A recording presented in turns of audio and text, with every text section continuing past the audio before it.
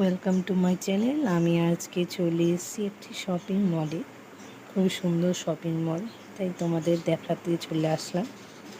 দেখুন, চারিদিকে কালকে 15 আগস্ট বলে বেলুন দিয়ে সাজানো। এখানে এবার আমরা চলে যাব আমার হাজব্যান্ডের জন্য জামা দেখতে। ওর জামাগুলো খুব একটা পছন্দ হয়নি, তাই আমরা এক্সিট করে গেলাম। আমরা এখন 4th ফ্লোরে।